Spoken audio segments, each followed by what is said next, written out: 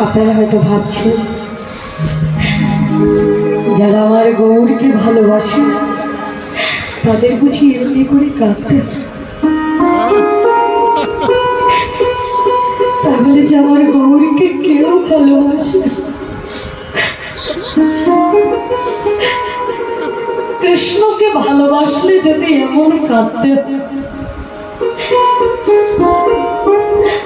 এই জগতে কেউ কি কাঁদতে চায় বলুন? কেউ কি কাঁদতে চায়? কিন্তু আমি বলবো কি জানো ভাই, কৃষ্ণ বলে কাদাজি কত সুখ, কৃষ্ণ বলে কত আনন্দ, কৃষ্ণ বলে কাদাজি কত আনন্দ, কৃষ্ণ বলে কেঁদে কত যে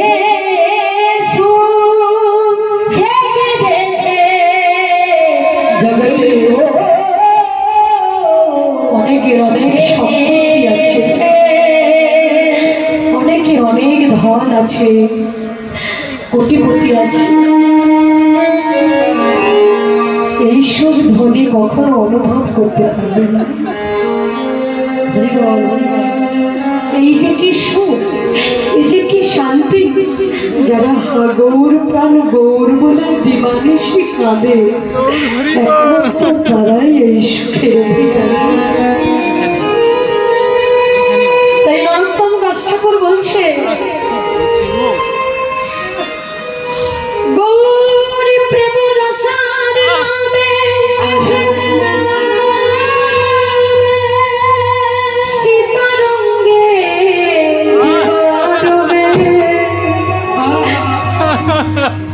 সে রাধা সে রাধা মাধব অন্তরঙ্গ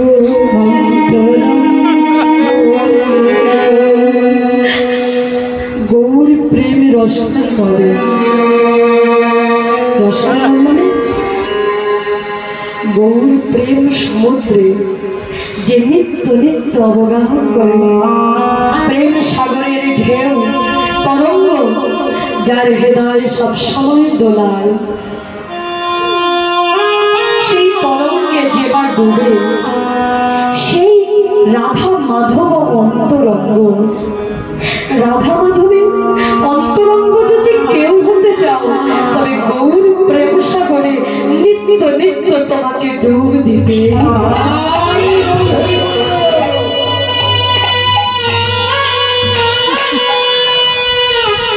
সে রাধা মাধব অন্তরঙ্গ সে জানি গৃহে বা বনেতে থাকে, গৌরাঙ্গ বলে ডাকে, নরোত্তম নরোত্তম মাগে তাহার সঙ্গ। নরোত্তম দাস ঠাকুর বলছে যে গৌরী, আমি জগতের টাকা পয়সা গাড়ি বাড়ি সুখ চাই না, আমি বড় পণ্ডিত হতে চাই না, আমি বড় ভাগবত পাঠক হতে চাই না, আমি বড় কীর্তনিয়া হতে চাই না, শুধু তোমার কাছে এইটুকু চাই, আমি যেন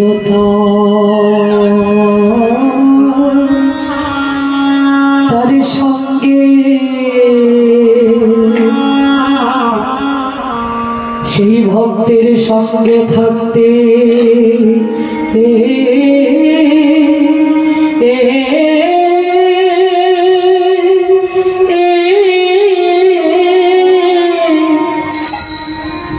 আমি থাকতে সদাই থাকতে পারি, আমি যেন সেই ভক্তের সঙ্গে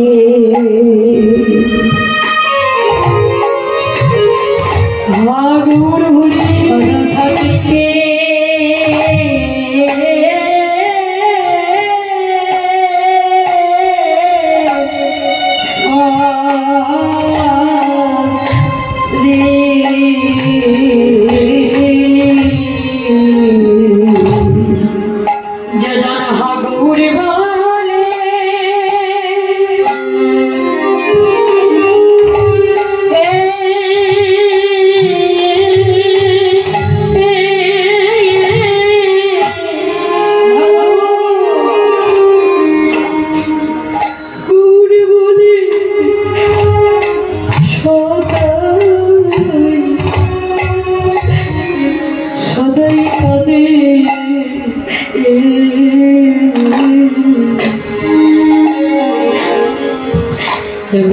ভক্তি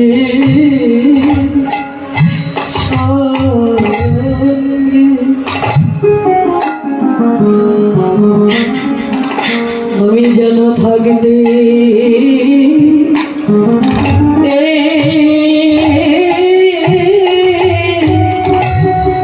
আমি থাকিতে থাকতে পারি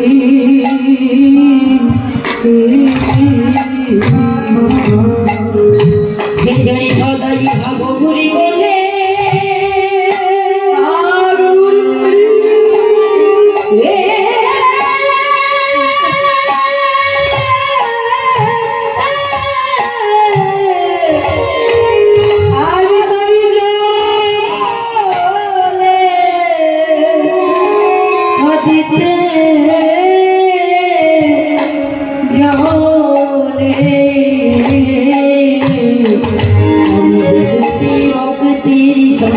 सदा सदाई भक्ति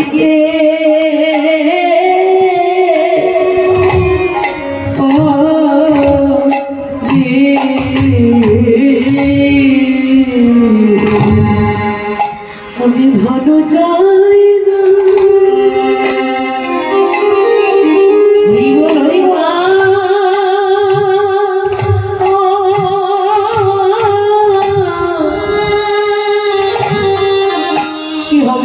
সম্পত্তি নিয়ে যেখানে বিষয় বিষ সেখানে কৃষ্ণ প্রেম অন্তর্ধান হয়। যে সম্পত্তিতে আমার কৃষ্ণ প্রেম নাই সে সম্পত্তির আমার কি প্রয়োজন? যে সম্পত্তি ভক্ত সেবায় লাগে না, যে সম্পত্তি গৌর সেবায় লাগে না, সে সম্পত্তি অনর্থ সম্পত্তি, সে সম্পত্তির কোনো প্রয়োজন নাই।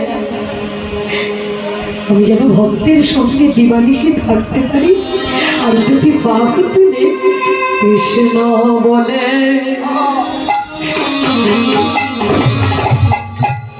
কাঁদিতে কৃষ্ণ বলে কাঁদিতে কৃষ্ণ বলে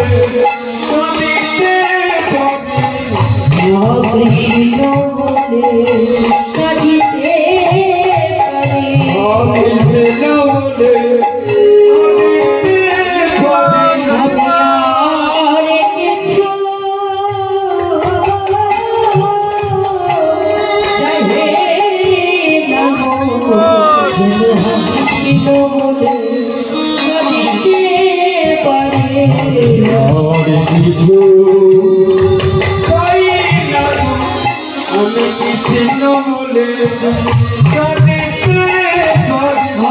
ধন চাই না, সম্পদ চাই না, কৃষ্ণ বলে কাঁদিতে পারে। আমি ধন চাই না, কৃষ্ণ বলে কাঁদিতে পারে। আমি আমার পুরায় না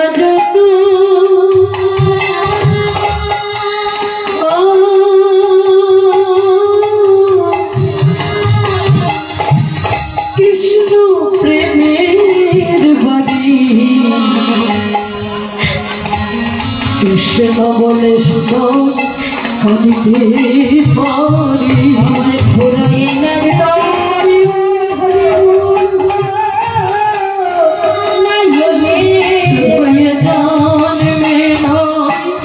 জন্মে জন্মে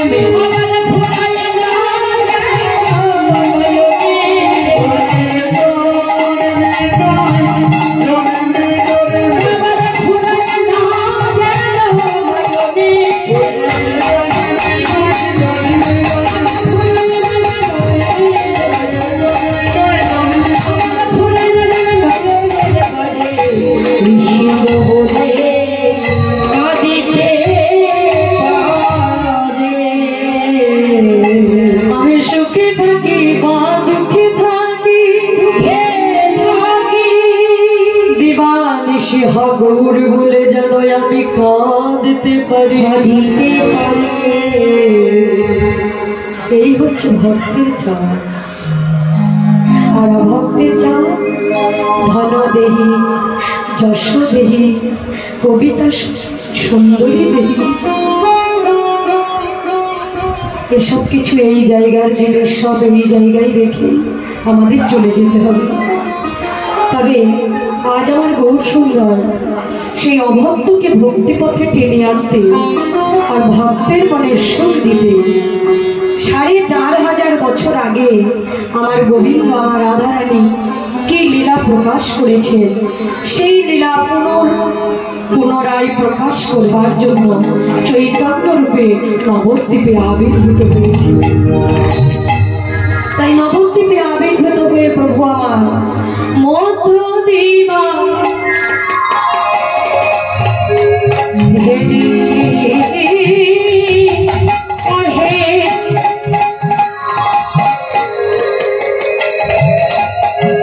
প্রিয় পরিষদ বলে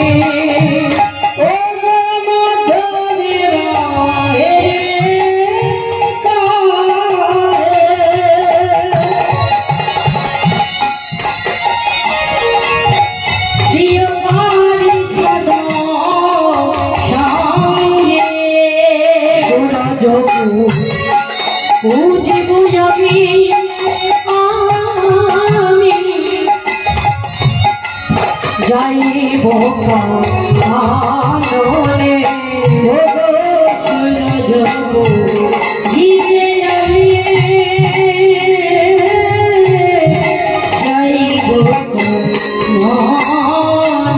পূজা করিব আমি,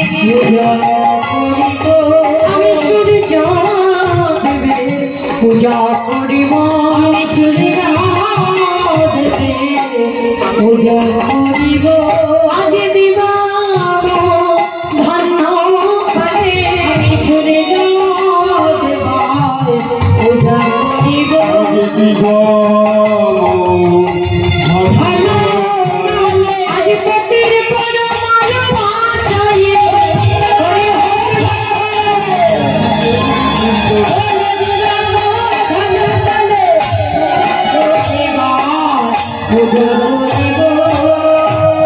কথাটা কেমন হলো বলুন তো বাবা? শুধু কীর্তন শুনলে হবে না, কীর্তনটাকে বুঝতে হবে, তাই না? কীর্তনটা কে রতন, এর ভিতরে কি রত্ন আছে? সমুদ্রের উপরে দাঁড়িয়ে থাকলে কি রত্নটা তোলা যায়? সমুদ্রে ডুব দিতে হবে। তবে সমুদ্রে ডুব দেবার আগে কিভাবে ডুব দিলে রত্ন পাওয়া যায়, ডুবুরির সন্ধান করতে হবে। হরিবল হরিবল। 2 জন ব্যক্তি ডুব দিয়েছে রত্ন তুলবে বলে। একজন প্রথমে ডুব দিয়েছে, আরেক ব্যক্তি ভাবছে যে প্রতিদিন ডুব দিয়ে দিয়ে ও রত্ন তুলে নিয়ে আসে, তাহলে আমিও একটু ওর সাথে ডুব দিয়ে দিয়েছি। দুজনাই কিছুক্ষণ পরে ভেসে উঠেছে। একজন রত্ন নিয়ে তুলে চলে এসেছে, আর একজন ভেসেই আছে। মানে একজনের দেহে প্রাণ আছে, আর একজনের দেহে প্রাণ নাই। যা না আছে ব্রহ্মাণ্ডে তা আছে নিজ ভাণ্ডে।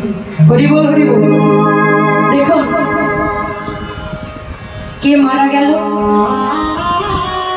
যে শেখেনি কিভাবে ডুব দিতে হয়। কার কাছ থেকে শিখতে হবে? পরম দয়াল শ্রী গুরুদেবের কাছ থেকে শিখতে। হরিবল হরিবল।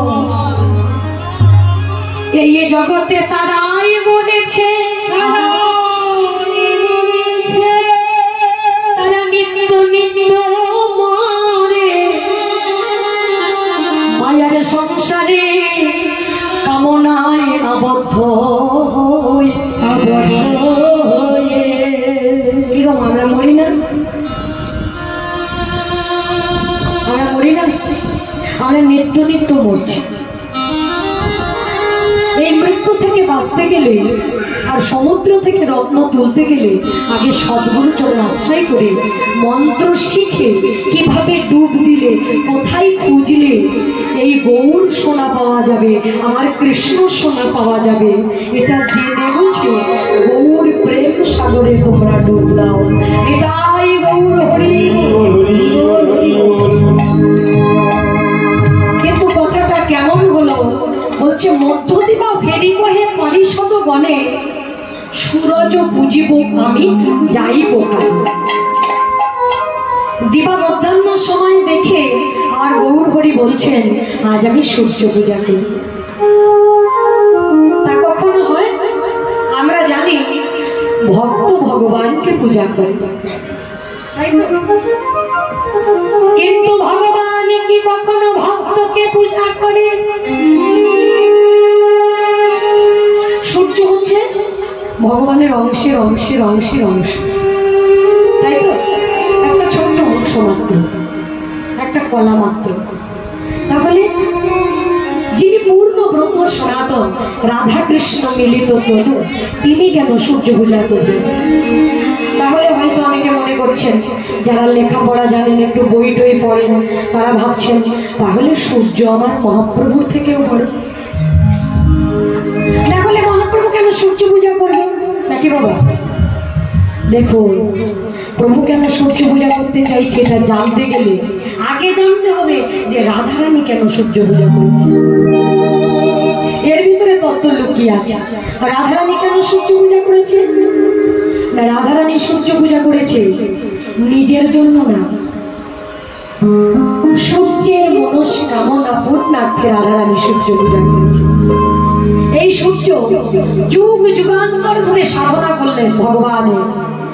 একদিন সাধনায় সিদ্ধি লাভ হলো, তপস্যায় ভগবান সন্তুষ্ট হয়ে সূর্যদেবকে বর দিতে এলেন। বলো সূর্য, কি চাই তোমার?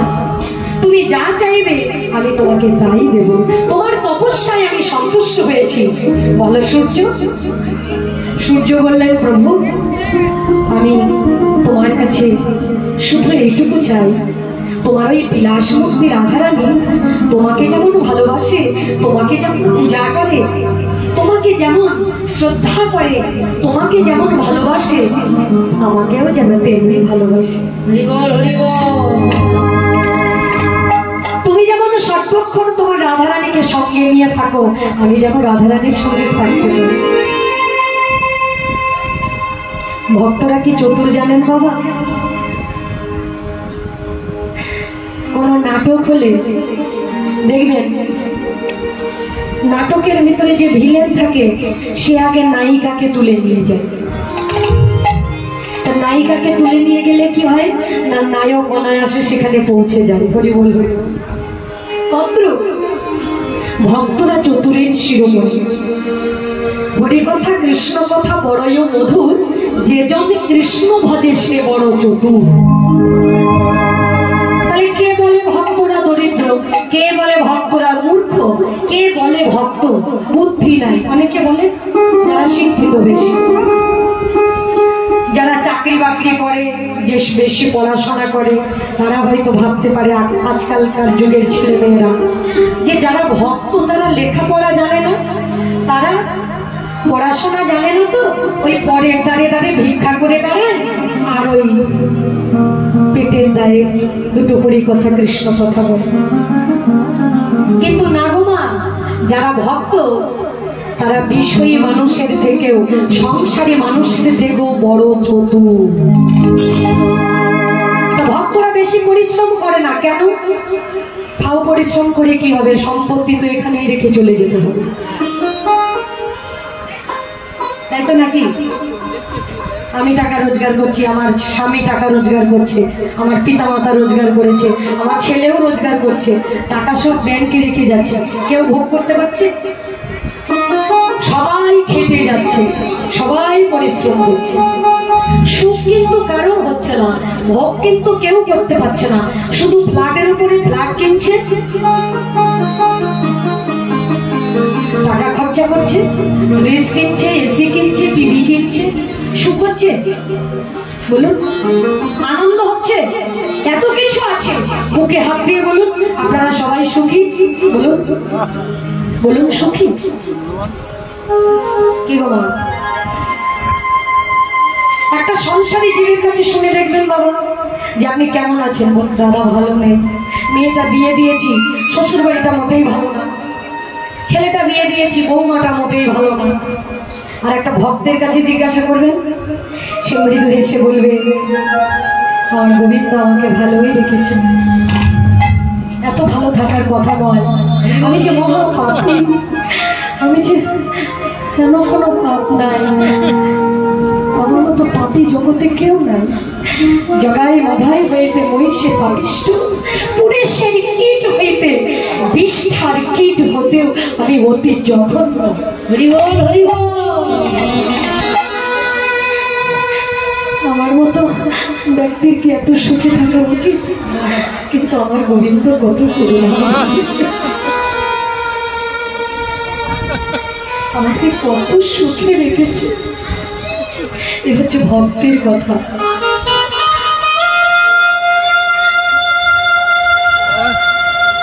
তাই সুখী কারা? সুখী আমার ভক্ত যারা, যারা সুখের সন্ধান করেছে, যারা নিত্যানন্দের সঙ্গ পেয়েছে, যারা নিতাই যাদের চরণের দাস হয়েছে। একমাত্র জগতের নিত্য আনন্দ তাদের মধ্যেই বিরাজ করছে। নিতাই গৌর হরি। তাই ভক্ত বড় চতুর। তাই সূর্যদেব বলছে, তোমার বিলাস মূর্তি রাধারানী যেন আমার কাছে থাকে, আমি বক্ষে জড়িয়ে ধরতে পারি, আমি আদর করতে পারি, আমি চুম্বন করতে পারি, একটু সোহাগ করতে পারি। ভক্ত চতুর, ভগবান তো চতুরের শিরোমণি। জীব বাঞ্ছা করে ভগবানের যা ইচ্ছা তাই হয়। আমরা অনেক কিছু চাইতে পারি, কিন্তু ভগবানের যেটা ইচ্ছা সেটাই হবে। ভগবান আশীর্বাদ করে দিলেন, সূর্য আমি তোমাকে আশীর্বাদ করলাম, তথাস্তু। আমার বিলাসমূর্তি রাধারানী তোমাকে ভালোবাসবে, তোমাকে বক্ষে জড়িয়ে ধরবে, তুমিও তাকে জড়িয়ে ধরতে পারবে, তুমিও তাকে চুম্বন করতে পারবে, আদর করতে পারবে, সোহাগ করতে পারবে। মাসে একবার করে তোমাকে পূজা করবে আমার রাধারানী। আমাকে যেমন পূজা করে তোমাকেও পূজা করবে মাসে একবার। তবে আমার সাথে আমার রাধারানীর সম্পর্কটা হলো মধুর রসের, আর তোমার সাথে রাধারানীর সম্পর্ক হবে বাৎসল্য রসে। নিতাই গৌর হরি। বাৎসল্য রসের মতো পবিত্র রস এই জগতে আর কিছু আছে বাবা? হ্যাঁ, পিতা সন্তানকে ভালোবাসে, আদর করে, বক্ষে জড়িয়ে ধরে, এর ভিতরে কোনো কামনা বাসনা না। বাৎসল্য প্রেমটা এমন, মা ছেলেকে আদর করে কিন্তু কোনো কিছু পাওয়ার বাসনা নিয়ে না, শুধু দেবার জন্য। সন্তান নিয়ে সুখী আর মা সন্তানকে দিয়ে সুখী। এইরকম সুখ পৃথিবীর কোনো ভালোবাসার মধ্যে নাই। এত পবিত্র ভালোবাসা মাতা পিতা সন্তানের মধ্যে যে ভালোবাসা। তাই সূর্য, তুমি এক অংশে সূর্য আর এক অংশে বিশ্বভানু রাজা হয়ে ভানুপুরে তুমি জন্মগ্রহণ করবে। তুমি রাধারানীর পিতা হয়ে জন্মগ্রহণ করবে। তোমার ঘরে শ্রীমতী রাধারানী আবির্ভূতা হবে। এটাই গৌর হরি। তাহলে দেখুন, যিনি ভগবান শ্রীমতী রাধারানী কৃষ্ণের বাম অঙ্গ থেকে সৃষ্টি হয়েছে, তার সূর্য পূজা করার কোনো দরকার নাই। তথাপিও সূর্যের মনের কামনা পূর্ণ করবার জন্য শ্রীমতী রাধারানী মাসে একবার করে সূর্য পূজার ছলনা নিয়ে আমার গোবিন্দের সাথে দেখা করতে যাবে। আর রাধারানী আমার বিশ্বভানু রাজার ঘরে কন্যা সন্তান হয়ে আবির্ভূত হয়েছে। রাধে রাধে। সেই ৪,৫০০ বছর আগে যে লীলা রাধারানী প্রকাশ করেছে, সেই লীলা আমাদের মতো কলিহত জীবের সামনে প্রকাশ করবার জন্য চৈতন্য মহাপ্রভু আজ সূর্য পূজা করবেন বলছেন। এটাই গৌর হরি। নানায় উপহারে লহ করিয়া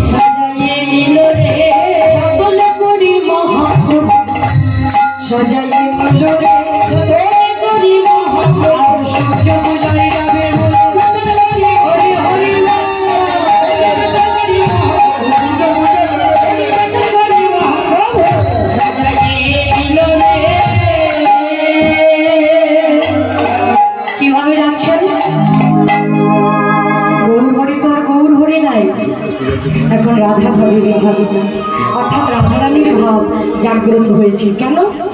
দুটি দেহ এক হয়েছে, এই জন্য কখনো রাধা ভাব কখনো কৃষ্ণ ভাব। তাই আজ রাধা ভাবে বিভাবিত হয়ে দক্ষিণ করে নিয়েছে ফুলের ডালা, পুষ্পরচিত ডালা, আর বাম করে নিয়েছে ঘোমটা টানি। আমরা কোন হাত দিয়ে ঘোমটা টানি? আমরা উল্টো পড়ি না শাড়ি, আমরা দক্ষিণ হাত দিয়ে ঘোমটা টানি। তাহলে স্বামী কোন দিকে থাকে? স্বামী কোন দিকে থাকে?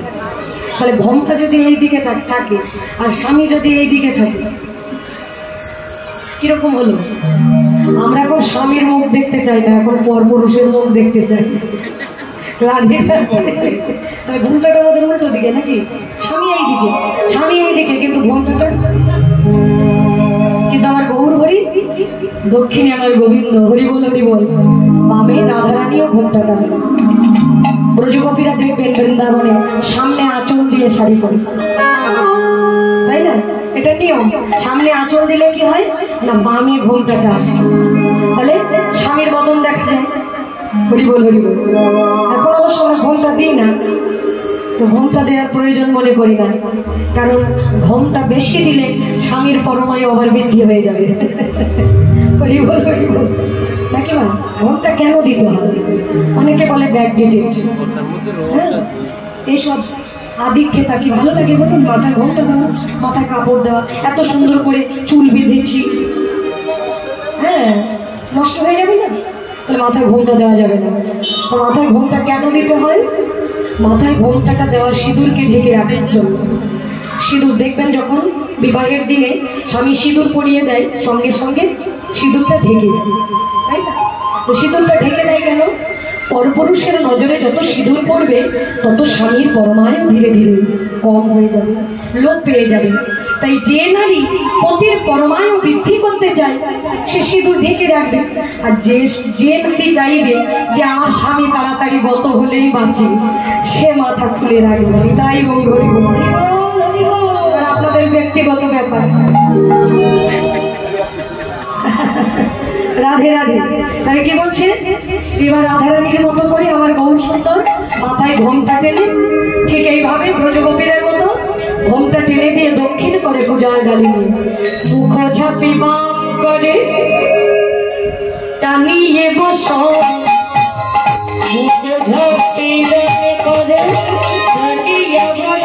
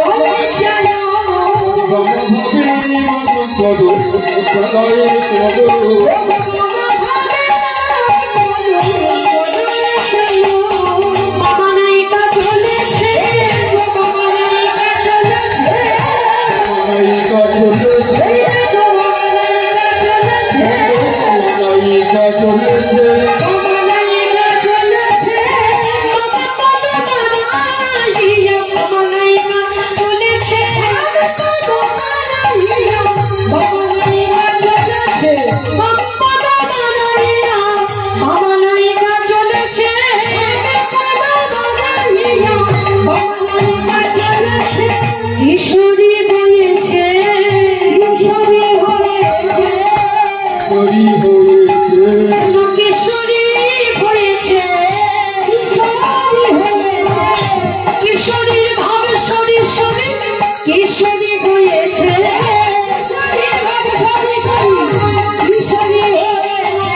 কিশোরীর ভাব শরীর শরীর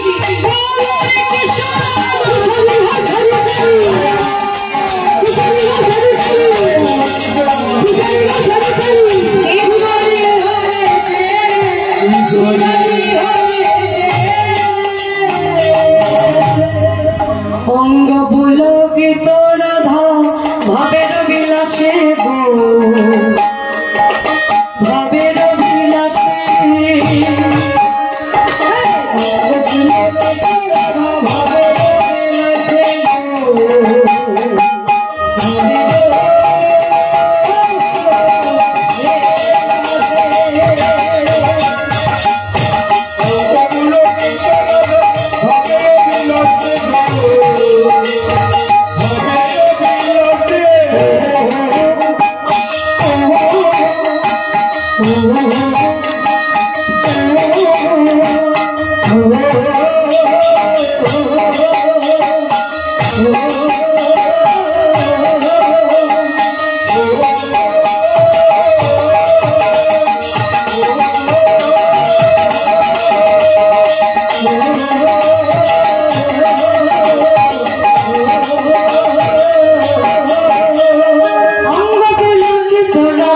ভাবের বিলাসে গো ভাবের